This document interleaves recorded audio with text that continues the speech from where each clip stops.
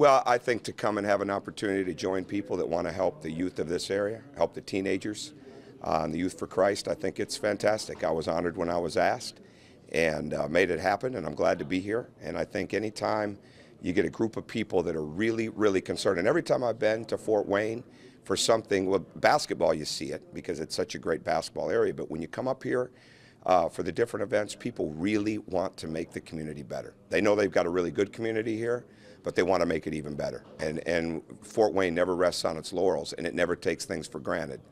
And when you got a chance to really dive into the youth of this area and try to help make sure that they're living the right way and moving in the right direction, I'm proud to be part of it.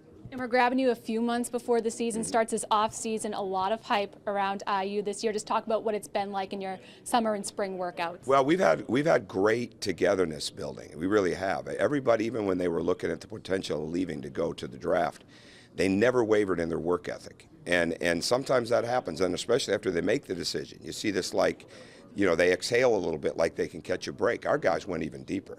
And so we had a great spring. We've had a really good summer. We've gotten a lot stronger. We've got a lot of new guys in on our front line. With our freshmen, we added a player from Peoria, Illinois that went to Michigan, and Max Bielfeldt.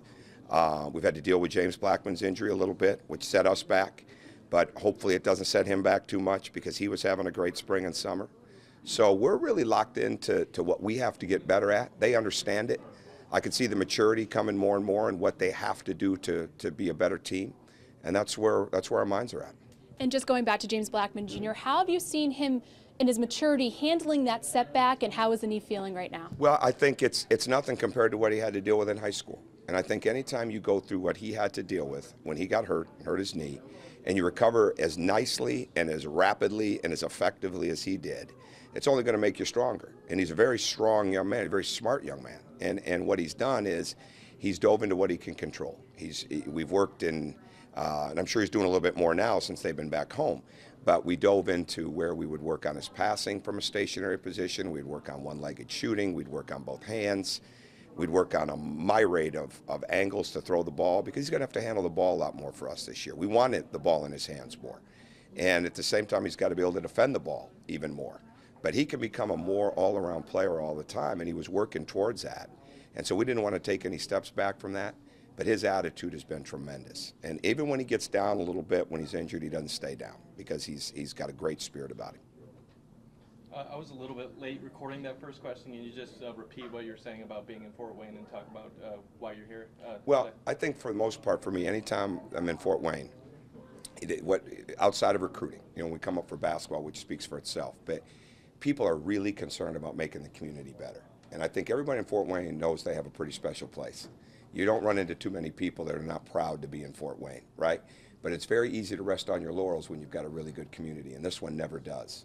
They're always trying to make it better, and there's what I love is the people that have done very well in their life, okay, and have been very effective with their money. They want to keep sharing it. They want to keep moving it into areas. And again, you're going to find pockets of that in areas, but I think Fort Wayne has got a huge pocket of that. And to me, you just love being up around people that are trying to make things better. And tonight, with the opportunity to make it better for youth, to put their life in the right way, to have them centered towards Christ in the right way, and to have them where they know what's in front of them. And with all the myriad of things that they have to deal with in their life, and to have people that are truly committed to helping them have the right kind of life and make the right kind of choices, I love it. Coach, when you look at the state as a whole, how good is the youth, AAU, and high school basketball apparatus in this area? Oh, it's very good. It's very good. There's so many teams, and it's good all the way around. My son plays a lot of youth baseball now. He's a rising junior in high school. The baseball is tremendous, and certainly football is back in full swing, so that's going at a high level. Sports here are really, really strong, and you've got a lot of coaches that care. You've got a lot of parents that care, and sometimes as parents we can care a little too much. But the bottom line is that the kids are being coached well. And everybody else knows that. All the other sports throughout the country, the other sports, the football, the basketball, the baseball, they all know too, the other sports. So they come in from out of state to recruit these guys. But there's a lot of good talent that's only developing, and there's a lot of very good young talent. All right, ranked 4 days ago, 14th in ESPN's Not So Early Now poll. How do you see your guys kind of living up to the expectations set this offseason? Well, I think the biggest thing is this. First off, you got to have really high internal expectations, which they do, and you make no predictions with that, because predictions are not, they make no difference. Okay, what makes a difference is how willing you are to work every day. And I think it's fun that there's expectations on the outside, but those expectations can't be anywhere close to what the players' expectations are for their team. And the biggest thing with us this year is, are we going to put present-day team success ahead of future individual goals? And that's the bottom line, because we have some really good players. We have some good young players. We have players that are going to have an opportunity at the next level. But what they have to understand, that if we're going to move forward, it's got to be team success.